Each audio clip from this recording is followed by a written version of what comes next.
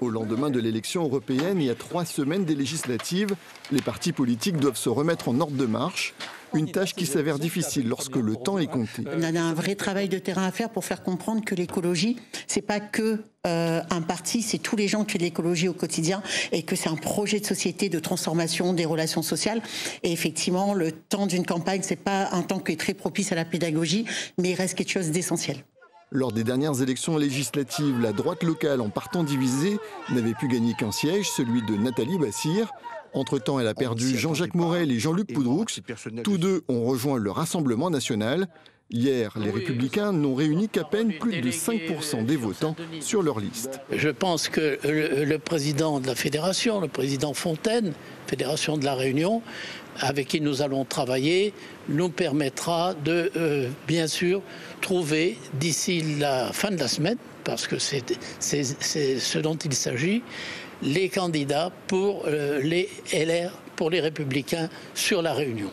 Les fidèles au président de la République doivent eux aussi se mobiliser.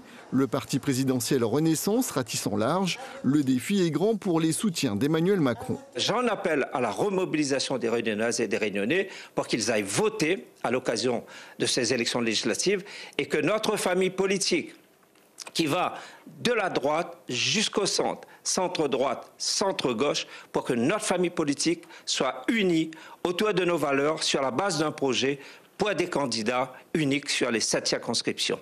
Le rassemblement des gauches, possible au temps de la NUPES, a explosé.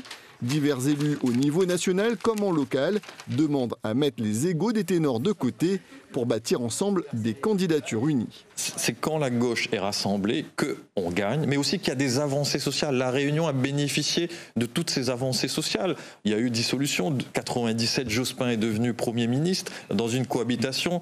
Il y a eu la carte vitale. Il y a eu des avancées sociales pour le national, mais aussi pour la Réunion. Donc c'est pour ça que c'est une opportunité. Toute la gauche est prête à se rassembler, c'est plus de 30% des suffrages, et c'est le seul barrage qu'on peut avoir à un gouvernement désastreux. Il reste une semaine pour trouver les candidats, femmes et hommes, qui se présenteront devant les électeurs les dimanches 30 juin et 7 juillet prochains. Le plus dur viendra dans les 3 semaines à venir, les convaincre d'aller voter.